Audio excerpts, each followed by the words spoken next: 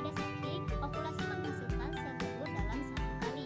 Bila ovulasi terjadi, sel telur akan dilepaskan, akan masuk ke dalam infundibulum dari tubuh falopi. Setelah terjadi ovulasi, terjadilah hawa bekas folikel yang dipenuhi oleh darah. Selanjutnya, pembekuan darah pada permukaan ovarium disebut dengan corpus rubrum atau badan merah. Warna merah tersebut berangsur-angsur berubah menjadi kekuningan yang disebut dengan corpus luteum atau badan kuning. Mengapa pada uterus dapat terjadi penebalan janin rahim? Nah, di sini saya akan menjelaskan tentang apa sih itu uterus. Jadi, uterus itu disebut juga dengan rahim. Adalah organ otot berbentuk bulat terbalik dari sistem reproduksi wanita yang terletak di antara kaki dan jantung. Pada masa ovulasi, indung telur atau ovarium akan melepaskan sel telur dan estrogen. Nah, jika terjadi perubahan, hormon ini akan membuat dinding rahim menebal dan penuh dengan pembuluh darah, sehingga sangat ideal bagi bakal janin atau embrio untuk tumbuh. Beberapa perilaku penyimpangan seksual. Yang pertama yaitu sadismus, yaitu orang yang mencapai kepuasan seksual dengan cara menyakiti, menghina, atau menyiksa orang lain. Kemudian yang kedua ada homoseksual, yaitu laki-laki yang memiliki hasrat seksual atau melakukan hubungan kelamin dengan jenis kelamin yang sama. Bila pada hubungan kelamin dilakukan melalui anus, itu disebut sodomi. Kemudian pada sesama wanita itu disebut dengan lesbian. Namun bila perilaku seksual ini terjadi antara manusia dengan binatang atau hewan, maka keadaan ini disebut bestiality. Kemudian yang ketiga ada moschismus, yaitu suatu kelainan mirip dengan sadismus. Namun pada tipe ini, selain orang tersebut memperoleh kepuasan seksual dengan melihat penderitaan fisik maupun mental orang lain, juga melalui penderitaan dirinya sendiri. Kemudian yang terakhir yaitu ada masturbasi, suatu pencapaian kepuasan seksual melalui rangsangan genital baik dengan tangan atau dengan mekanik lainnya. Terdapat dua penyakit seksual. Yang pertama itu adalah sifilis. Sifilis disebabkan oleh bakteri Treponema polyllidum. Penyakit yang juga dikenal dengan sebutan raja singa ini menimbulkan luka pada alat kelamin atau mulut. Melalui luka inilah penularan akan terjadi.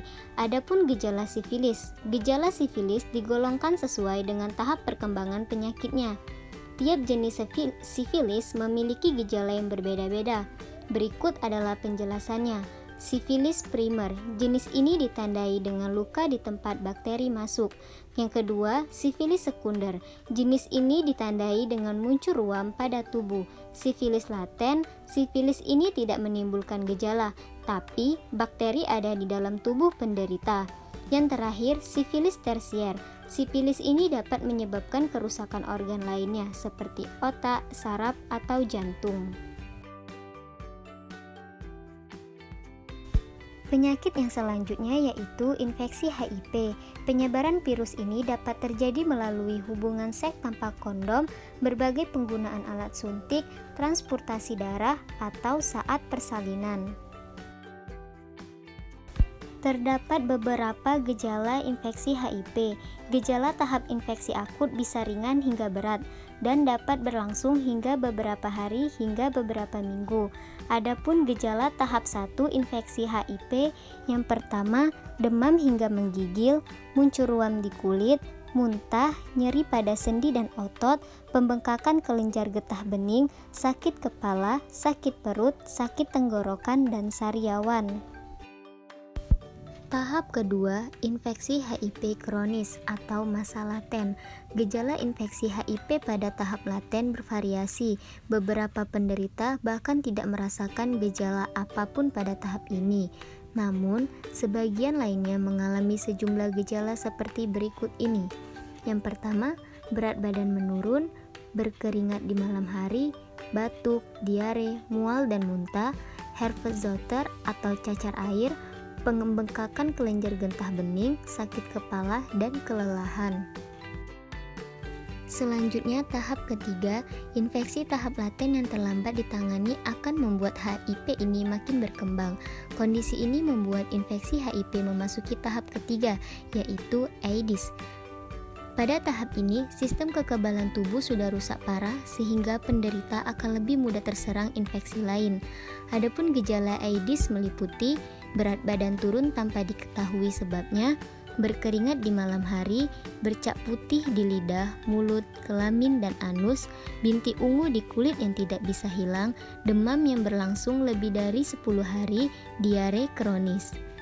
Infeksi jamur di mulut, tenggorokan atau vagina, pembekakan kelenjar getah bening, gangguan saraf, mudah memar atau berdarah, tubuh merasa mudah lelah, mudah marah dan depresi, ruam atau bintik di kulit, serta sesak napas.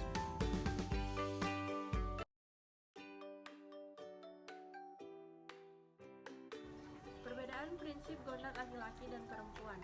Manusia merupakan organisme yang reproduksinya hanya dilakukan secara generatif. Alat reproduksi laki-laki dan wanita meskipun banyak homolognya, akan tetapi juga memiliki struktur dan fungsi yang berbeda.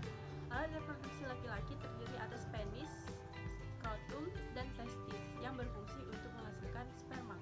Alat reproduksi ini juga dilengkapi oleh saluran-saluran yang berfungsi sebagai alat transportasi dan kelenjar-kelenjar yang berfungsi untuk menghasilkan cairan-cairan sperma. Saluran yang terdapat pada alat reproduksi laki-laki diantaranya epidermis, vas deferens, ejakulasi, dan uretra.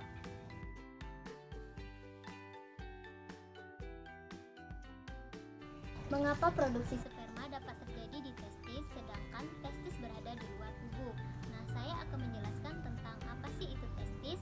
Testis itu atau buah zakar merupakan bagian penting dalam sistem reproduksi pria. Testis adalah dua organ yang berbentuk oval seukuran buah zaitun. Nah, mengapa produksi sperma dapat terjadi di testis sedangkan testis tadi berada di luar tubuh? Produksi sperma dapat terjadi karena faktor hormonal yaitu testosteron yang diproduksi di dalam testis yang dilindungi oleh lapisan skrotum. Skrotum pada alat kelamin pria berada di luar. Fungsinya untuk melindungi sperma agar kualitas sperma tidak rusak. Bagaimana proses temperatur testis jika temperatur naik dan turun? Testis membutuhkan suhu yang lebih rendah agar kualitas sperma baik. Ini sebabnya skrotum tadi memiliki fungsi sebagai pengatur suhu yang mengatur suhu testis. Jika sekitar testis panas, bisa terjadi gangguan pada produksi dan kualitas sperma. Jika suhu testis panas, testis akan bergerak lebih dekat ke tubuh untuk mendapatkan suhu yang stabil. Testis bisa memproduksi sperma lagi jika suhu skrotum berada dalam level normal. Nah, ada 4 hal yang bisa dilakukan untuk menjaga suhu testis tetap dalam kondisi normal. Yang pertama, jangan terlalu sering mandi air hangat dan hindari ke sauna atau spa.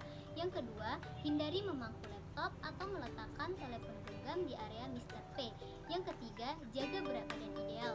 Berat badan berlebih atau obesitas bisa meningkatkan suhu di area Mr. P.